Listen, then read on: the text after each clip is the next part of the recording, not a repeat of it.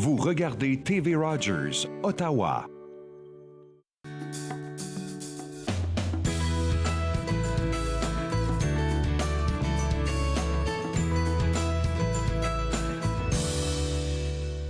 Bonjour et bienvenue à Entre nous exclusivement sur les ondes de TV Rogers. Je suis Claude Andrea Bonnier. Je me ferai un réel plaisir de passer la prochaine heure avec vous. Aujourd'hui à l'émission, on va parler de la semaine de la santé mentale des Noirs et des activités entourant cette semaine-là. On va aussi discuter et découvrir ensemble le concours d'épellation Épelle-moi Canada. On va discuter avec José Brittany-Mallet du Musée des Beaux-Arts qui a réouvert ce samedi 26 février. Et José, il y a beaucoup de choses qui se passent de votre côté.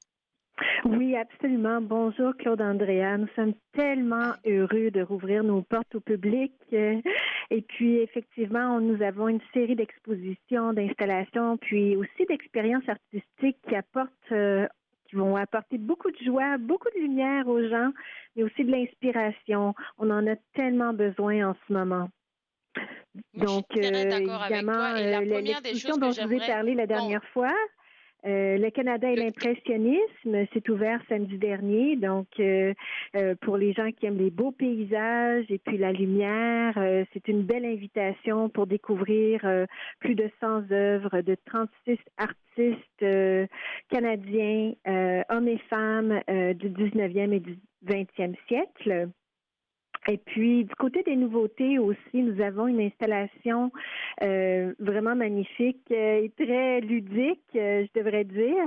Snowbird, une sculpture publique pour le pavillon de Miss General Idea 1984. Et ce qui est intéressant, en fait, ça vous donne un aperçu, un avant-goût de notre grande exposition estivale qui va être consacrée à ce collectif canadien qui s'appelle General Idea cet été, qui débute le 3 juin. Donc, cette installation, c'est une parodie, si on veut, d'une œuvre permanente qui est installée au Centre Eaton à Toronto et qui représente, qui est de l'artiste très connu Michael Snow et qui s'intitule Flagstop et qui représente une soixantaine de bernaches du Canada en fibre de verre en plein vol qui sont suspendus au-dessus des têtes des clients du Centre Eaton à Toronto.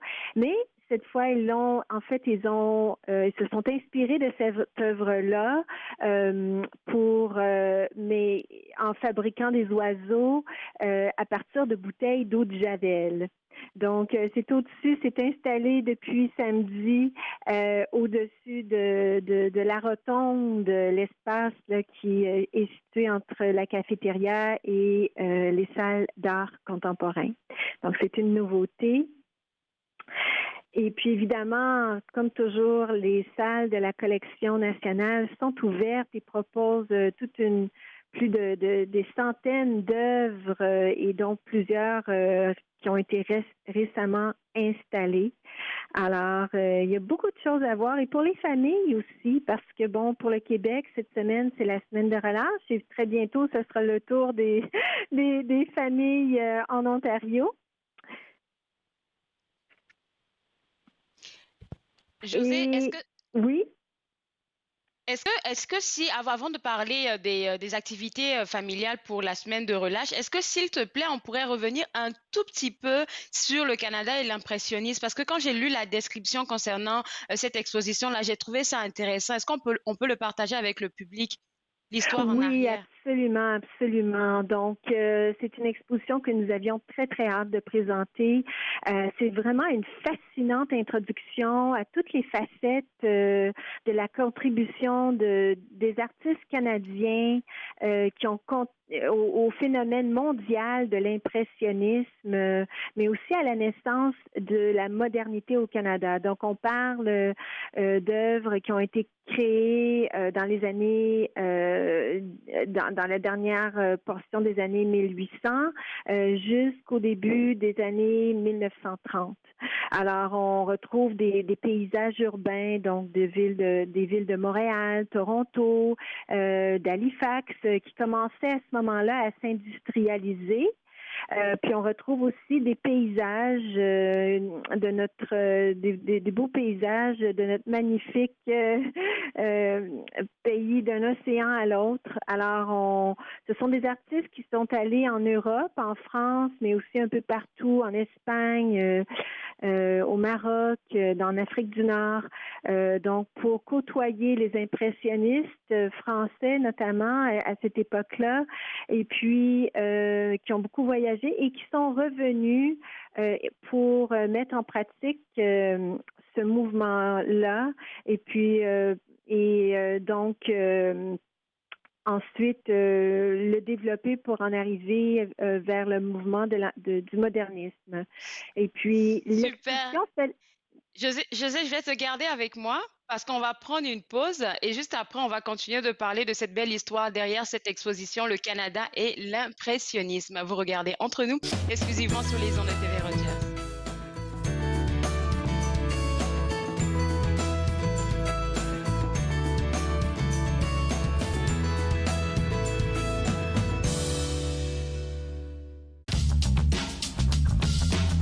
Cette émission est présentée par Télé Élan. Vous êtes enfin aux commandes. Pour en savoir plus, visitez rogers.com.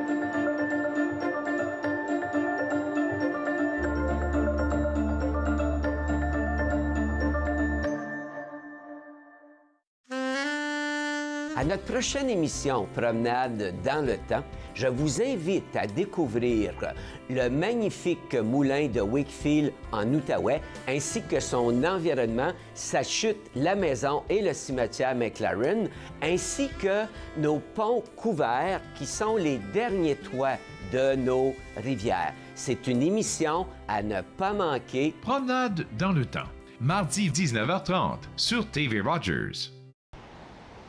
Une clôture à neige qui s'en va comme ça.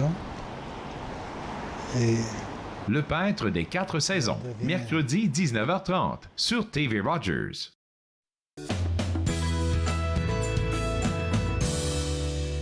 De retour entre nous exclusivement sur les ondes de TV Rogers, le Musée des Beaux-Arts a réouvert ses portes et toujours avec moi, José Brittany-Mallet qui nous parlait de tout ce qu'on peut faire et tout ce qu'on peut y voir.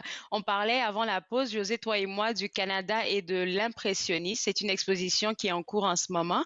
Et ce que je trouvais, moi, intéressant personnellement, c'est le fait que de retour au Canada, ces artistes-là qui étaient allés à l'extérieur du Canada pour se former sur l'impressionnisme ont ressenti que c'était pas super accepté ou bien vu ici au Canada, mais ils n'ont pas lâché.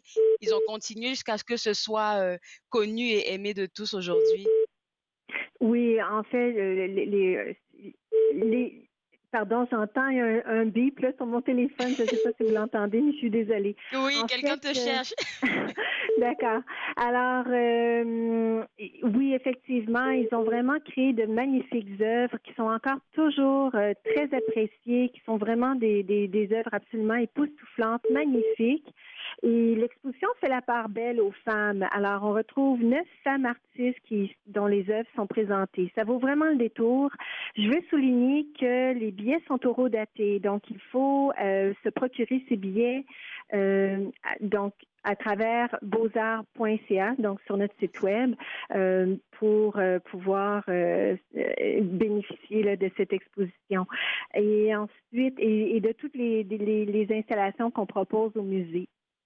Donc, Alors là, maintenant, on va parler de l'appel à candidature pour le prix Sobé.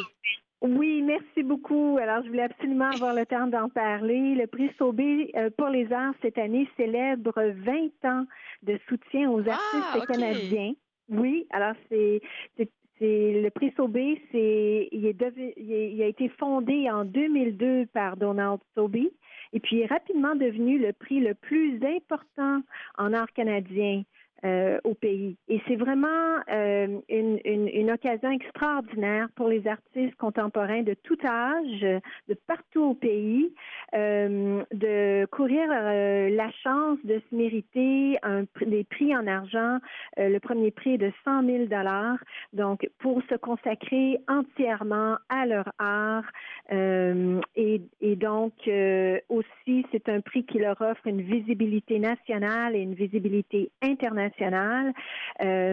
Au fil des années, il y a maintenant des grands noms de l'art contemporain qui ont remporté, qui ont été des lauréats de ce prix très prestigieux, dont Brian Youngen, qu'on connaît bien, Annie Potuguk, Nadia Nir, Ursula Johnson. Enfin, il y en a une vingtaine, bien entendu, en 20 ans. Et puis, la grande gagnante l'année dernière, c'était l'artiste Inuk Lakaluk Williamson Battery. Donc, c'est vraiment, on a jusqu'au vendredi 25 mars prochain, 18h, heure normale de l'Est, pour soumettre des candidatures. Alors, attention, ce ne sont pas les artistes eux-mêmes qui peuvent soumettre leur candidature, mais plutôt des conservateurs, des directeurs, des conservateurs de musées, aussi des propriétaires, des galeristes de galeries d'art. Et donc, jusqu'au 25 mars, 18h. Alors, on a encore un peu de temps, mais ça s'en vient vite. Et le jury, donc, c'est un jury composé de 5 conservateurs de 5 régions du Canada, l'Atlantique, le Québec, l'Ontario, les Prairies et le Nord, la Côte-Ouest et le Yukon, et un jury international qui vont procéder donc à la sélection d'une première liste de 25 artistes, et puis jusqu'à ce qu'on ait ensuite une courte liste, et puis le grand gagnant ou la grande gagnante. Et l'année dernière, on a eu un nombre record de candidatures avec près de 300 soumissions. Alors, on espère que cette année encore, ça va susciter beaucoup, beaucoup d'intérêt. Et le formulaire se trouve en ligne à beauxarts.ca, donc pour soumettre les candidatures. Alors, l'heureux gagnant sera annoncé quand? Ça va être à l'automne prochain. Donc, il y a 3 phases. La première phase, Josée, si tu m'entends, je posais la question de savoir quand est-ce que l'heureux gagnant allait être annoncé? Oui, c'est ça. Ça va être à l'automne prochain. On n'a pas encore la date, mais il y a 3 étapes. La première étape, c'est une liste, la longue liste, où il va y avoir 25 artistes donc qui vont courir la chance de remporter le prix. Ensuite, on fait une courte liste, donc de 25, on passe à 5 artistes. Et puis, ces 5 artistes-là, leurs œuvres vont être présentées dans une exposition au musée. Et de ces 5 artistes-là, un gagnant ou une gagnante va être choisi et annoncé lors d'un gala au musée à l'automne prochain. Oh mon Dieu, je n'aimerais vraiment pas être à la place des membres du jury, là, donc bonne chance à eux. Oui, c'est toujours, il y a beaucoup de talent, hein? Il y a beaucoup, beaucoup de talent au Canada, donc c'est toujours tout un défi, oui. Alors là, maintenant, on va parler du programme artistique en famille. La relâche s'en vient bientôt. Oui, alors le programme Aventure artistique en famille est offert pendant la semaine de relâche tous les jours de 10h30 à 15h. Donc, c'est vraiment un programme qui permet aux familles et aux enfants de 3 ans et plus. Les enfants doivent être accompagnés d'un adulte, toujours. Et donc, ils se présentent, pour s'inscrire, on le fait à la Cour Élisabeth et Fred Fountain, qui est située dans le cœur des salles autochtones et canadiennes. Et là, on peut partir avec un guide interprète pour une trentaine de minutes pour parcourir les salles et puis découvrir des œuvres d'art. Puis nos guides interprètes organisent des petits jeux pour permettre aux jeunes et aux moins jeunes de se familiariser avec les œuvres de la collection. On a aussi, pour ceux qui préfèrent parcourir les salles par eux-mêmes, un guide un guide, donc une trousse aussi qui comprend du matériel artistique qui est fourni par Dessert. Donc, c'est vraiment de belles activités. Pour les visites guidées, commentées, on y va jusqu'à un maximum de 10 personnes et puis ça comprend une mini-leçon de dessin. Alors, c'est vraiment des heures de plaisir, une belle demi-heure de plaisir à passer en famille dans les salles. Puis, je veux mentionner aussi que pour l'exposition le Canada et l'impressionnisme, on a également notre formidable équipe d'éducation a mis au point un guide familial et pour faire une chasse au trésor dans l'exposition Le Canada et l'impressionnisme, Nouveaux horizons. Alors vraiment, les familles vont avoir de belles activités pour s'occuper au musée là, avec beaucoup de plaisir, puis créer des beaux souvenirs de leur passage. Définitivement. Et puis moi, j'ai pu voir sur le site web là, des capsules vidéo dans le volet aventure artistique, là, les capsules vidéo d'une éducatrice qui faisait du bricolage. Donc ça peut être une belle préparation avec vos jeunes à la maison avant d'aller au Musée des Beaux-Arts. Merci beaucoup, Josée. On se parle une prochaine fois. Ça m'a fait plaisir. Bonne journée. Au revoir. Alors, pour vous autres à la maison, vous êtes invités à visiter le www.beauxarts.ca pour pouvoir avoir accès et aux expositions et aussi au programme Aventure artistique en famille. On va prendre une pause et juste après la pause, on va s'informer sur le concours d'épellation Épelle-moi Canada avec sa fondatrice. Vous regardez Entre nous, exclusivement sur les ondes de TV Roger.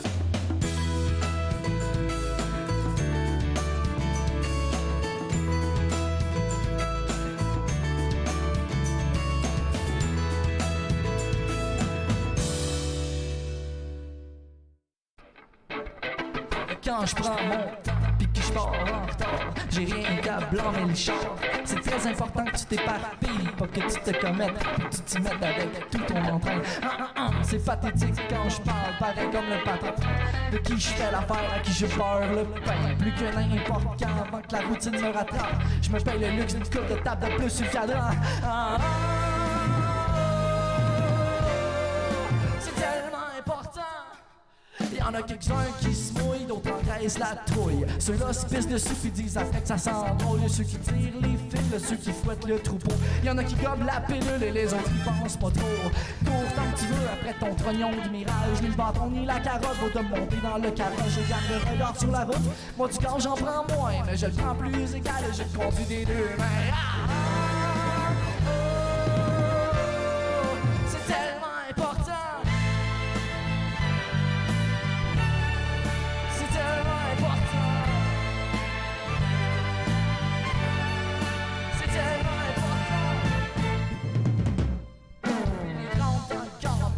En souffrance, la ceinture serrée dans mes ganses. C'est pas inquiétant, j'ai pas pantoute l'âme à m'en faire. Fait que la nuit dernière, je me suis compacté avec Satan. Pas de cancer, c'est le paradis sur terre. Mais là, c'est-tu la crise de panique qui m'avise qu'on est peut-être déjà à demi-mort quand on est plus. De retour à Entre nous, exclusivement sur les ondes de TV Rogers. On s'informe maintenant sur le concours d'épellation Épelle-moi Canada et avec moi sa fondatrice Dorine Chemeleux, avec qui on a toujours le plaisir de parler à l'émission. Dorine, est-ce qu'on pourrait rappeler aux gens qui nous regardent, c'est quoi le but de ce concours-là? En fait, c'est plus qu'un concours. Bonjour déjà tout le monde. Bonjour Andrea. Bonjour chers auditeurs. Épelle-moi Canada, c'est tout un programme. Ça va au-delà d'un concours.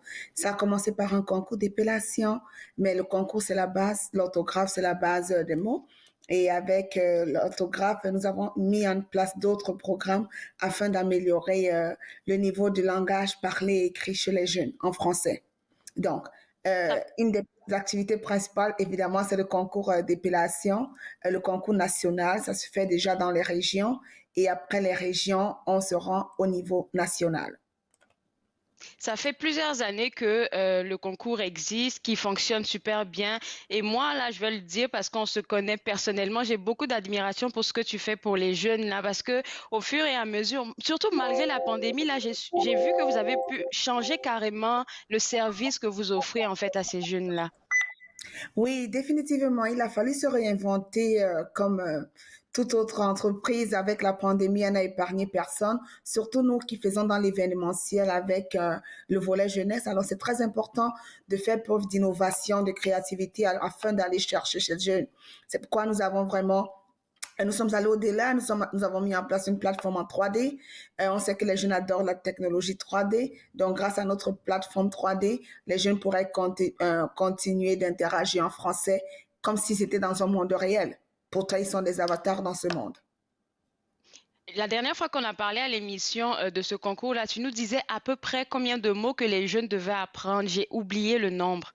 400 pour les régionaux et 400 pour ceux qui vont à la nationale. Sans compter les 400 mots mystères qui ne savent pas. Ça fait beaucoup, mais ils sont tellement préparés. Là, c'est toujours un plaisir de les voir en train de se défendre. Et puis, il y a quelque chose que les parents devraient savoir par rapport à ce concours-là, c'est que c'est pas juste un concours d'épellation. Ils apprennent plusieurs stratégies aussi, comme par exemple la stratégie pour gérer le stress.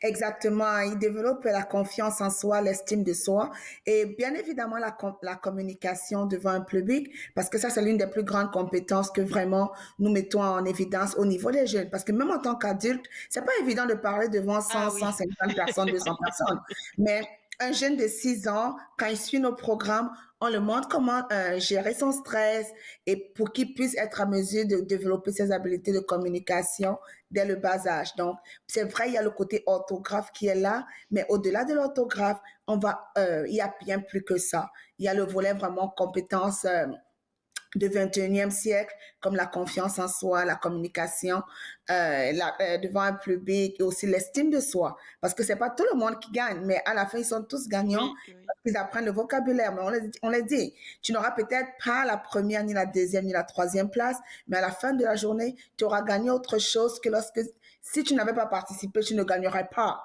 Alors là, c'est comme ça que tu es un gagnant. Lorsque tu regardes les jeunes qui participent à chaque année au concours, là, quel est le sentiment qui, toi, t'anime, Dorine? Pour être honnête avec vous, parfois je pleure. Je pleure de joie. Je t'ai déjà vu pleurer. Je pleure de joie parce que je vois le parcours, je vois le travail, je vois l'effort. Et je peux vous le dire, surtout avec la pandémie, on l'a ressenti vraiment, le besoin de socialiser chez les jeunes. Cette année, on a fait quelque chose de différent. Afin de préparer les jeunes, nous avons mis en place une activité défi autour des mots. On a invité les jeunes qui étaient inscrits à travers tout le Canada à se connecter. On avait parfois les 100, 110 jeunes, 80 jeunes par session qui étaient connectés en même temps. Wow. Et chaque semaine, ils étaient là. Vous pouvez voir le progrès réalisé. Et qu'est-ce qu'on faisait? On faisait de l'épellation. Ensuite, on faisait un débat autour d'un sujet. Ou alors de l'épellation. Ensuite, on faisait de la poésie. Ou que ce soit le slam, les poèmes rimés, tout genre de poésie, afin qu'ils puissent vraiment utiliser ce vocabulaire appris de différentes façons. Et les jeunes, il y en avait qui étaient fidèles au rendez-vous. Ça se termine cette fin de semaine, le 5. On a eu en tout 12 sessions, mais je peux vous dire, à travers ces 12 sessions, on pourrait voir le progrès réalisé par les jeunes. Et ça, tu te dis, ça vaut la peine. Et tu ne peux être que content de les accompagner parce qu'à la fin de la journée, c'est eux qui sont devant. On n'est que des facilitateurs. Ça, c'est tellement bien dit là. Et puis, tu l'as mentionné tantôt avec la pandémie, vous avez dû vous réinventer. Et puis là, je sais qu'il y avait le nouveau campus virtuel de Épelle-moi Canada. Comment ça a fonctionné depuis que ça a ouvert jusqu'à date? Oh, ça va super bien. Le campus, il va super bien et ça nous permet justement d'offrir un modèle hybride d'apprentissage parce que là, on fait des activités. On a recommencé à faire des activités en présentiel, mais pour certains parents, avec la pandémie, préfèrent encore rester en virtuel. Alors, on offre 2 versions du monde virtuel. Soit la version sur Zoom, comme pour ceux qui ne pourraient pas se connecter à la plateforme, ou alors ceux qui ont accès à la plateforme, ils viennent sur la plateforme. Parce que mine de rien, la plateforme, c'est un peu comme un jeu de Xbox. Ça prend une technologie assez avancée, donc ça ne fonctionne pas sur les tablettes ni sur les Chromebooks. Ça te prend un ordinateur Windows ou Mac où tu l'installes et là, tu es connecté dans notre univers. Dans le campus virtuel. Et il y a aussi le volet entrepreneuriat. Si on peut on peut en parler un peu. Je ne sais pas comment vous Exact. avez su inviter les jeunes à faire ça là. Ils ont des projets de fous maintenant. Exactement. Ça, c'était vraiment, comment je vais dire, non seulement le volet entrepreneuriat, mais le volet leadership et information technologie. Leadership. Donc, quand on a élargi nos services, on s'est dit, on va aller chercher les jeunes parce que l'orthographe, c'est la base, mais ils apprennent cela pour faire quoi avec? Il faut C'est les vrai. donner l'occasion de les utiliser dans les situations réelles. Quoi de mieux que de les permettre de créer, d'innover en fonction de leurs propres idées. Donc, nous, à travers le programme de leadership et d'entrepreneuriat, c'est vraiment aller chercher les jeunes pour qu'ils développent ce côté innovant et créatif qu'ils ont en eux. Souvent, c'est pas évident de le faire en salle de classe. Il faut le dire, je parle en tant qu'enseignante et on a le curriculum à couvrir, on a ceci, ceci, ceci. Ça ne donne pas le temps aux jeunes de penser par eux-mêmes et de mettre en place des idées qui viennent d'eux et qui peut être monnayables aussi. Parce qu'il y en a Eh justement qui oui. ont lancé leur propre entreprise et là, ils sont fiers de gagner, savent comment gérer un budget. Ils sont confrontés vraiment aux réalités de la vie. Et ça prend aussi du leadership pour les amener avec cela. Et le volet infotech, tout est basé sur la technologie. C'est comme ça qu'à travers ces trois domaines, on réussit vraiment à, comment je vais dire, à accompagner les jeunes à répondre aux exigences du monde de demain. Ouais, c'est tellement bien fait là. J'ai pu voir sur les réseaux sociaux là des différents projets en fait, surtout qui sont Exact. monnayables pour eux là. Je pense que ça c'est gagnant-gagnant là. Non, c'est très, très gagnant. Et même pour le parent, parce que imaginez-vous que vous avez un enfant qui ne vous demande plus de l'argent, qu'il est tout à fait autonome, qu'il est capable d'utiliser son talent. On en a qui ont créé des t-shirts personnalisés, il y en a qui vendent leurs produits, les journaux personnalisés. On en a de tout genre de projets. Et la beauté dans tout ça, c'est que ce n'est pas juste une activité passe-temps, ça vient d'eux, c'est eux qui les ont conçus et ils s'y voient très, très loin avec cela. Et on ne peut que les encourager et les Les accompagner. encourager. Et Définitivement. en Je vais te français garder en avec plus. moi. C'est ça. Je vais te garder avec moi, Dorine, et juste après la pause, on va vraiment parler de comment va se passer la compétition de 2022. Vous regardez Entre nous, exclusivement sur les ondes de TV Roger.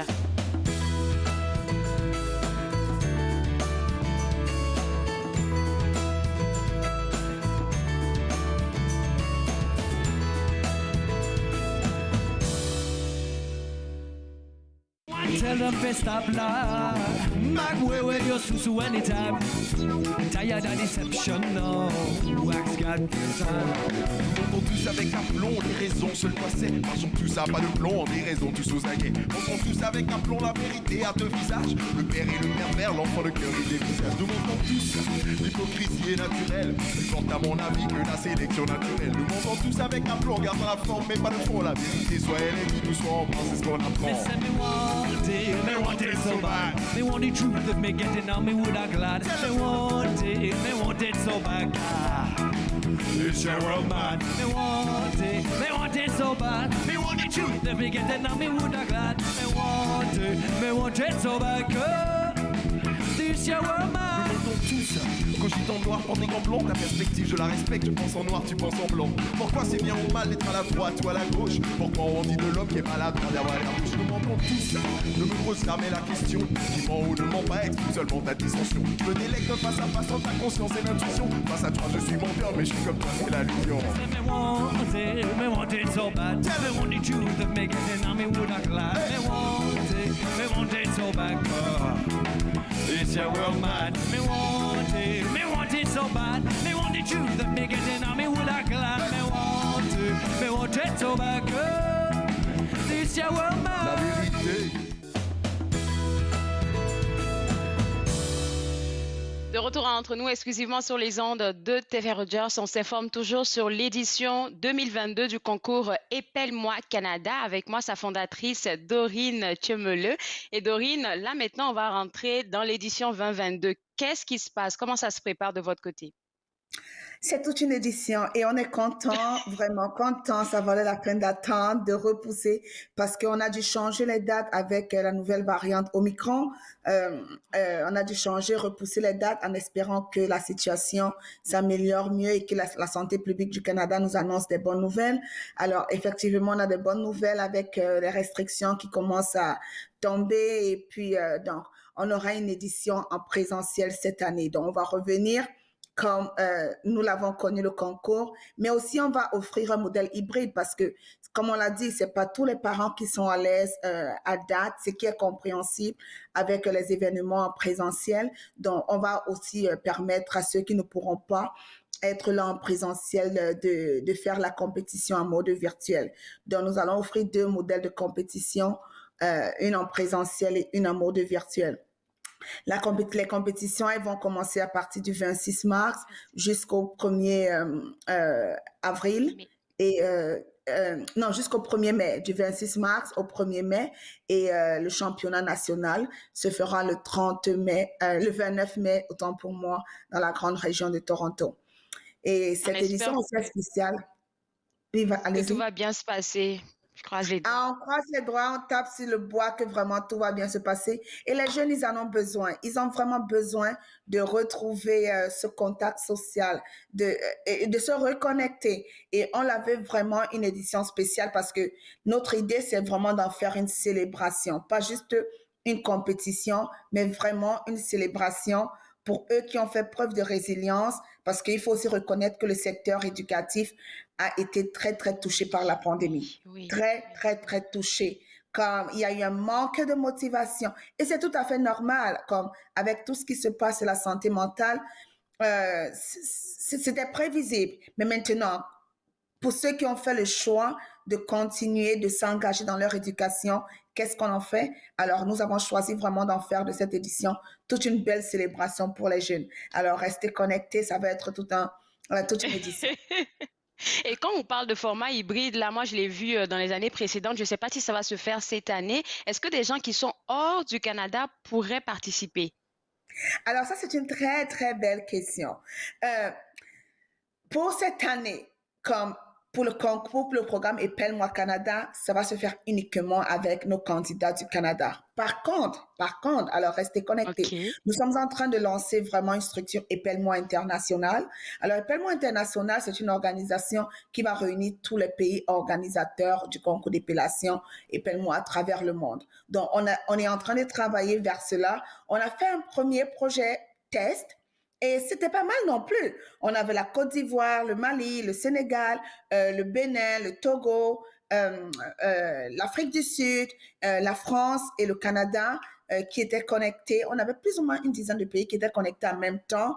On a quelques petits soucis, on a quelques bémols au niveau de la technologie parce que dépendamment dans quel pays tu te situes, c'est ça, oui. le réseau et tout. Donc, c'est encore vraiment ce côté technique que nous sommes en train de regarder et voir comment vraiment offrir quelque chose de qualité, mais avec moins de soucis au niveau du réseau. Parce que le faire en présentiel, c'est pas possible pour l'instant, étant donné que la structure, elle est nouvelle. Mais par contre, le faire en virtuel et permettre vraiment aux jeunes de sortir de leur continent, de voyager à travers la langue française, tout en étant connectés derrière leur écran.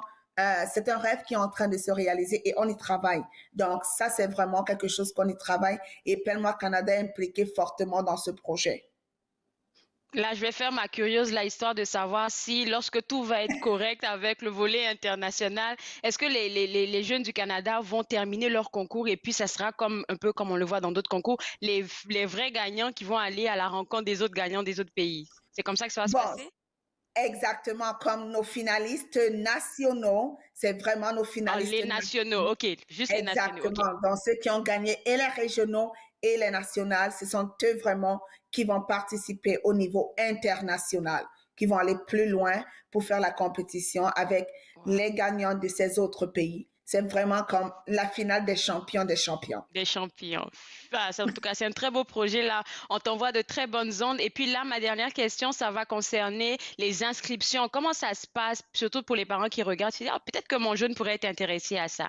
Alors, ce qui est bien, c'est que, présentement, c'est vrai que la date de limite des inscriptions était le 31 janvier. Nous avons laissé le système ouvert pour les parents qui aimeraient encore inscrire leurs enfants et nous en avons toujours qui inscrivent toujours. Et ce que nous avons fait pour le congé de mars, nous avons créé un cahier passe-temps pour le mois de la francophonie. Donc, à travers les mots, justement, vous parliez des 400 mots.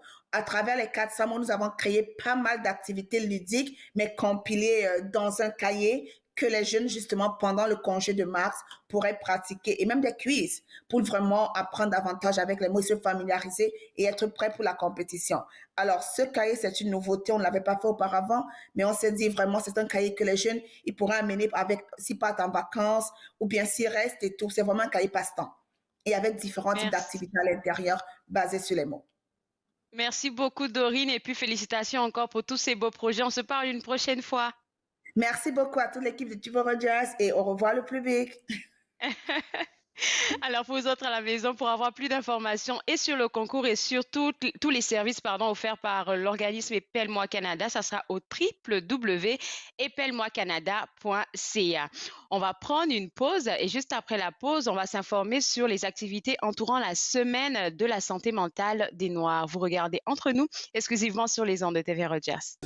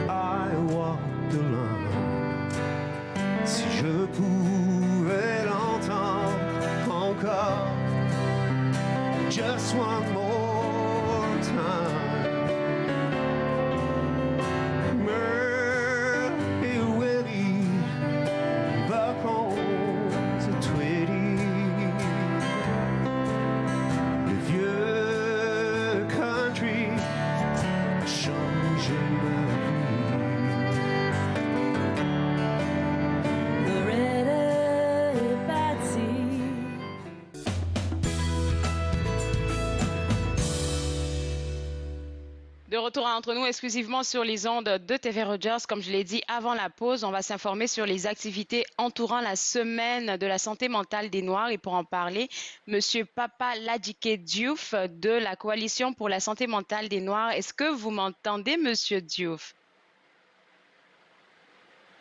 Bonjour, j'ai quelques difficultés avec mon retour de son. Alors, le temps que vous puissiez... Le temps que vous puissiez régler cette affaire avec le son, là, moi, je vais vous continuer de vous rappeler les informations qu'on a partagées depuis le début de l'émission. Le Musée des Beaux-Arts du Canada a réouvert ses portes ce samedi 26 février. Il y a beaucoup de choses à voir et à faire au Musée des Beaux-Arts.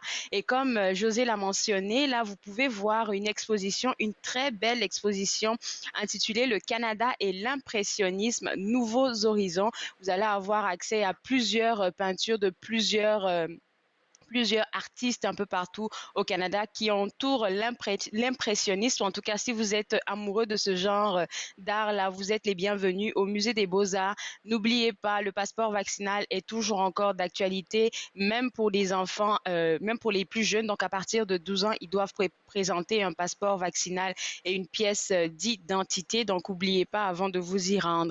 Il y a aussi la nouvelle installation du collectif canadien General Idea, qui est exposé dans la rotonde du musée. Et puis, José nous disait en début d'émission que c'était beau à voir. Donc, j'espère que vous serez intéressés à aller voir ça de plus près. Et la super bonne nouvelle qu'elle partageait aussi avec nous aujourd'hui, c'est concernant l'appel à candidature pour le prix Sobé pour les arts 2022. Donc, l'appel à candidature, c'est maintenant ouvert. Vous allez sur le site web et vous allez chercher dans l'onglet prix Sobé pour déposer une candidature. Ce qui est important à mentionner, c'est que ce n'est pas les propres artistes eux-mêmes qui vont faire une soumission. Ça doit être fait par quelqu'un qui n'est pas eux, en fait. Donc, soit par exemple un conservateur de musée ou une autre personne dans le genre qui doit déposer une candidature pour l'artiste. Alors, il y a 100 000 dollars à gagner pour l'heureux gagnant. Donc, si vous êtes intéressé, que vous pensez que vous méritez ce prix-là, vous êtes invité à déposer votre candidature. Et la candidature, je pense que c'est jusqu'au 25 mars. C'est ouvert jusqu'au 25 mars. Donc, vous avez encore le temps de planifier votre petit dossier et aller déposer votre candidature pour le prix Sobé. On a aussi discuté des programmes aventures artistiques en famille. La semaine de relâche en Ontario arrive très bientôt. Je pense que c'est la deuxième semaine de mars à partir du 14, quelque chose comme ça. Et en ce moment-là, vous pourriez avoir accès à ce programme-là qu'offre le Musée des Beaux-Arts pour les jeunes. Et comme José l'a mentionné, à partir de 3 ans, là, les enfants ils sont OK pour venir au musée pour participer à ces activités-là. Mais la chose à faire, c'est qu'il faut qu'ils soient accompagnés. Plus d'infos au www.beauxarts.ca. Je pense qu'on a Monsieur Diouf maintenant de la Coalition pour la santé mentale des Noirs. Bonjour. Est-ce que vous m'entendez? Ça fait plaisir de vous avoir sur l'émission. Et tout de suite, en allant, j'aimerais vous demander, c'est quoi le but, la mission même de votre organisme? Alors, merci beaucoup de m'inviter. Le Europe Black Mental Health Coalition a pour objectif d'accompagner les communautés africaines, caribéennes et noires, dans le système. Parce que ce qu'on a constaté, c'est que malheureusement, que ce soit les services, les programmes et les outils qui sont utilisés la plupart du temps dans le système classique de la santé, surtout en question en matière de santé mentale, ne sont pas culturellement adaptés à la réalité de ces communautés-là. Et ici, on ne parle pas, c'est pas une question de couleur, c'est plutôt une question de culture. C'est important quand on parle de services qui ressemblent aux communautés, c'est qu'on réfléchisse à partir de là. Donc, nous, ce qu'on essaie de faire, c'est de travailler avec le système, en partenariat aussi, et on a une vingtaine d'organisations autour de Europe Black Mental Health Coalition qui sont anglophones, francophones, mais principalement pour les communautés africaines, caribéennes et noires, pour les aider à mieux, avoir un meilleur accès et des meilleures qualités de services qui sont culturellement adaptés à leurs besoins. Avant d'avoir ces meilleurs accès, ces meilleurs services pour les populations africaines, caribéennes et noires, comme vous l'avez mentionné, moi j'aimerais vous demander, selon vous, par rapport à votre travail et tout, c'est quoi les réels défis en matière de santé mentale auxquels sont confrontées les populations que vous accompagnez en fait? Alors, la réalité est que Covid a permis de mettre plus en avant la vulnérabilité au niveau de nos communautés, au niveau de l'accès aux services et au niveau également de la qualité des services qu'ils reçoivent. Mais la réalité est qu'il y a beaucoup de traumas qu'on retrouve. Il y a également des situations de dépendance et troubles concomitants. Il y a aussi de la détresse, beaucoup de détresse, mais également une détresse des fois liée aussi aux situations de discrimination, n'est-ce pas? Des détresses aussi liées au racisme. Cette semaine, j'ai été beaucoup dans des ateliers puis des rencontres et j'ai entendu des mères de famille, des pères de famille qui vivent la réalité du racisme qui est vécu par leurs enfants dans l'environnement scolaire, n'est-ce pas? Et ça, ça a des conséquences également au niveau de l'équilibre de la famille, mais au niveau aussi de la santé mentale, à la fois des parents et des enfants. Donc, c'est tout cet ensemble-là, que nous retrouvons définitivement avec les clientèles qui viennent pour consulter. Il y a aussi toute la question de la santé mentale liée à l'immigration. Parce qu'il faut comprendre que dans le processus d'immigration, beaucoup de ces communautés-là certaines viennent de contextes où ils ont vécu de la violence, ils ont vécu comme des camps de déplacés. Et il y a tout ce traumatisme-là. En plus, maintenant, des étudiants internationaux, des nouveaux arrivants qui arrivent et qui vivent le stress de l'immigration, la détresse des fois du nouvel environnement, de l'intégration dans le nouvel environnement. Donc il y a tout ça qui se retrouve en plus des problématiques familiales, bien sûr, et de couple. Dans tout ce que vous êtes en train de dire, là, je me rends compte que le terme de santé mentale, tout ce qui est en rapport avec la santé mentale, ça commence à être un tout petit peu, je vais dire ça comme ça, accepté ou compris même. Non, pas accepté, mais compris par les populations que vous accompagnez. Parce que faudrait pas qu'on se mente, la santé mentale, là, c'est pas seulement dans les cultures africaines et caribéennes et tout, c'est vraiment tabou. Mais encore plus chez ces populations-là. Mais définitivement, il y a le tabou. Mais ce que je dis souvent aussi, c'est qu'il ne faut pas tomber dans le piège de mettre tout sur le dos du tabou. Il y a le fait également que les questions de santé mentale, des fois, sont comprises d'une autre façon. C'est-à-dire, culturellement, sont comprises et intégrées d'une autre façon. C'est-à-dire que la réalité de la santé mentale n'est pas comprise comme nous, on le comprend d'un point de vue occidental.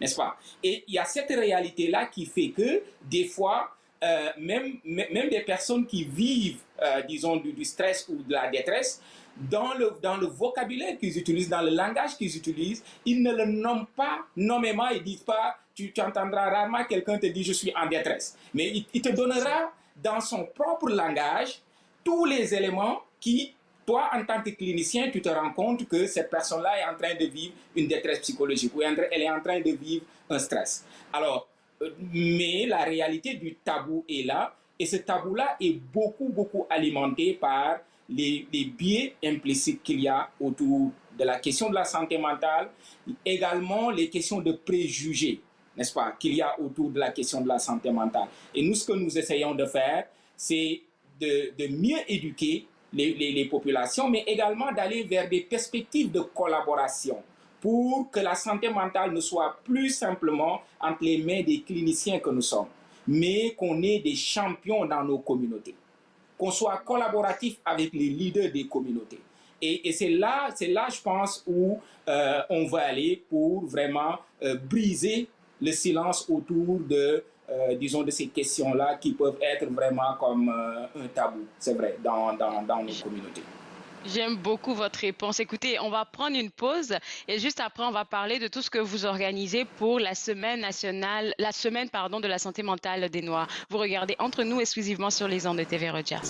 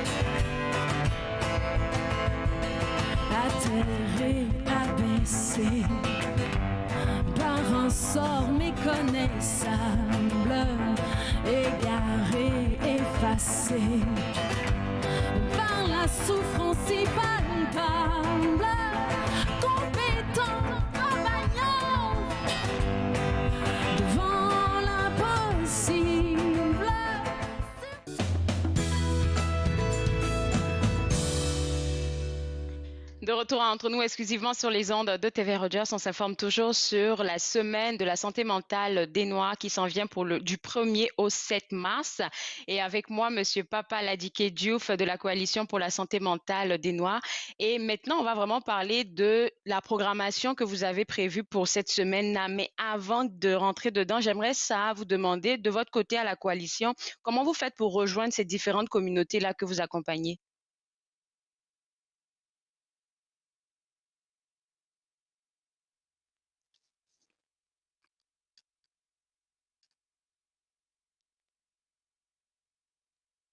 Je ne sais pas si vous m'entendez, mais j'ai du mal à vous entendre de mon côté. Alors, moi, je vais continuer à donner des informations concernant cette semaine, le temps que M. Diouf revienne. Alors, cette semaine-là, comme je l'ai mentionné, c'est du 1er au 7 mars et tout va se passer de manière virtuelle. On va avoir plus de détails avec M. Diouf quand il sera de retour. Mais le site web déjà, pour vous informer sur ce que fait la coalition, et aussi, pour avoir accès à la programmation, c'est le www.obmhc.ca. Il y a plusieurs événements qui sont prévus. Je ne veux pas les mentionner de peur que M. Diouf me prenne en cours ou je veux que lui le mentionne. Donc, il y a plusieurs événements en rapport avec la danse, en rapport avec le racisme. Il en a parlé un peu tout à l'heure. C'est vrai que c'est un peu tabou de parler de santé mentale chez les populations africaines, caraïbéennes et noires, mais de ce qu'on entend, les partenariats se font très bien pour pouvoir démêler la question. Monsieur Diouf, alors ma question c'était de savoir comment vous faites pour rejoindre ces différentes communautés-là que vous accompagnez. Alors, donc ce que je disais, c'est qu'on a mis en place, disons, un ensemble de canaux d'information à travers les plus de 20 organisations, mais également le site web, et également, disons, comme depuis le début de COVID, on est rentré dans le projet de Counseling Connect. Counseling Connect, qui est un projet qui a été mis en place pour accompagner les communautés. Et on a travaillé très fort dans le leadership du CAP et de Somerset West, donc moi et Suzanne Obiora à l'époque. Travailler très fort pour installer avec la coalition, installer un programme sur Counseling Connect avec des thérapeutes bien formés et qui peuvent accompagner nos clientèles en anglais comme en français. Alors, et c'est très important pour moi de le rappeler ici qu'on encourage disons, nos communautés à, disons, demander de l'aide. C'est des professionnels très bien formés et sensibles, culturellement sensibilisés, qui peuvent vraiment offrir cela. Mais nous travaillons aussi avec ce qu'on appelle les faith leaders, les leaders religieux. Parce qu'on le sait qu'ils sont extrêmement importants dans le système, dans nos communautés. Alors, et on les rencontre, on fait des conférences avec eux, on les implique.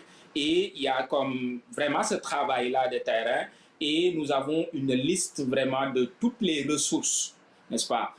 Donc c'est vraiment un travail collaboratif et très inclusif que nous sommes en train de faire. Il y a encore du chemin, mais pour le moment, c'est vraiment là où on axe disons notre campagne de sensibilisation et d'information. Je ne savais pas que le Counseling on Connect, là, c'était la coalition qui l'avait lancé. Je l'ai reçu en privé par Dania Versailles de l'Association canadienne et j'ai adoré le projet, mais je ne savais pas que c'était la coalition qui avait lancé ça. C'est vraiment très intéressant. Et là, on maintenant, a participé à ça. On a comme disons, c'est nous qui avons travaillé sur la page pour les ACB population. Le programme en tant que tel à la base, ce n'est pas nous qui le portons, mais nous avons participé à mettre en place cette page-là pour les ACB population. En tout cas, vous avez fait un très beau partenariat. On va vraiment maintenant parler des événements parce qu'il y en a plusieurs. Alors, le premier événement d'ouverture, on va dire, pour cette semaine-là de la santé mentale des Noirs, ça sera quoi?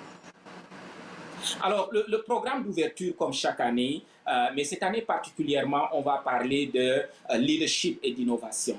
Et pour le 1er mars, ça va être vraiment une grande rencontre avec des leaders de la communauté pour célébrer ces leaders-là, pour disons, les célébrer dans leur cheminement, mais aussi dans leur engagement pour la communauté. Mais de passer par ces leaders-là aussi pour mettre en avant tout ce que nous sommes en train de faire, disons, au niveau de la communauté et, disons, ce travail-là de collaboration qu'on a présentement. Et nous aurons comme vraiment des sommités au niveau universitaire, mais également des leaders dans nos communautés. Je prends l'exemple de Suzanne Obiora, dont j'ai parlé tantôt, qui est directrice d'équité et tout ce qui est diversité à la ville d'Ottawa. Le professeur Jude-Marie Sénat, qui a en charge le V-Track Lab de l'Université d'Ottawa. Professeur Joséphine Etowa, professeur Bouma de Maïcha de l'Université Saint-Paul, et tant d'autres, donc des hommes et des femmes de nos communautés qui sont des leaders et qui, en fait, sont également des modèles dans l'engagement et dans le travail qu'on est en train de faire pour, disons, cette question-là. Alors, le 4 mars, ça va être à la place de parler d'innovation, des approches innovatrices et des actions, des approches qui sont en place. Et le 7 mars, ça serait maintenant de s'ouvrir à comment accompagner nos communautés à plus grandir sur les questions de santé mentale, à plus de croissance sur les questions de santé mentale. Donc voilà un peu de façon résumée les moments phares. C'est sûr qu'il y a des petites activités qui vont se faire. On va allier aussi l'utile à l'agréable. Comme l'année dernière, on avait comme un orchestre de jeunes qui sont venus, puis qui ont vraiment partagé avec nous. Et on veut aussi retourner un peu aux sources. Parce que c'est important pour nos communautés d'avoir comme cette base-là toujours culturelle, ce qui nous rassemble. Donc voilà. Monsieur Dieu, je vais vous garder avec moi. On va prendre une pause et juste après, on va continuer de parler d'un événement qui, moi, m'intéresse pour cette semaine-là. Vous regardez Entre nous exclusivement sur les ondes de TV Rogers.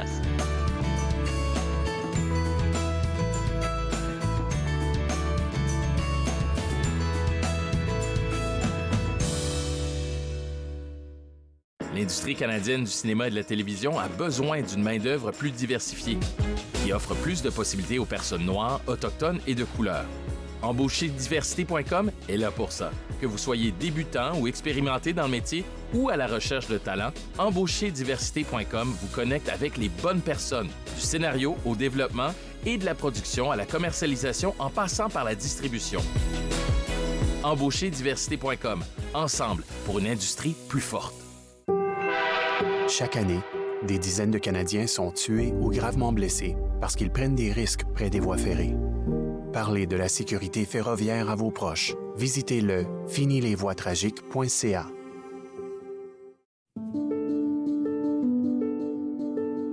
Ici Jacqueline Pelletier.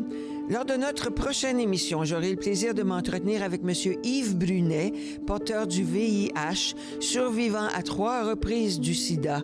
Et tout ça, il va nous raconter comment ça l'a propulsé dans de grands projets. Le deuil fait partie de la vie. Parlons-en. Parlons-en, dimanche 19h30 sur TV Rogers. Cette semaine, on rencontre Benoît Laflamme, un conférencier qui vit avec un handicap et qui partage son parcours atypique pour motiver les gens à se propulser au maximum. Suivez-moi, jeudi 20h sur TV Rogers. De retour entre nous exclusivement sur les ondes de TV Rogers, toujours avec moi, M. Diouf de la Coalition pour la santé mentale des Noirs, et on parlait de la belle programmation que vous préparez pour la semaine de la santé mentale des Noirs du 1er au 7 mars. On a parlé de plusieurs événements, puis vous avez parlé d'un retour aux sources. Moi, ça me fait penser à un événement qui a rapport avec la danse que vous allez organiser le 5 mars.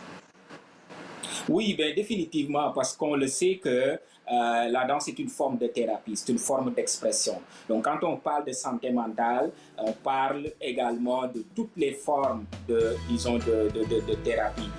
Et la danse constitue également, rien que le lien du son est un lien qui est souvent très, très, très intéressant dans nos communautés. Et à travers le son et la danse, nos communautés ont beaucoup développé des façons de communiquer, des façons de communier entre eux, mais aussi des façons de prendre soin d'eux. C'est émotionnellement et psychologiquement. Et c'est ça beaucoup l'idée autour de cette activité-là. Et on attend beaucoup d'entre vous. Et, merci beaucoup, Monsieur Diouf. Voilà. L'émission se termine, mais on espère vous avoir encore une fois à l'émission. Moi, je me suis fait le plaisir de passer cette heure avec vous. Alors, le www.obmhc.ca, c'est le site web de la coalition. On se voit demain à 11h. Bye bye. Faites-nous part de vos commentaires en composant le 613-521-2323 par courriel sur Facebook et Twitter.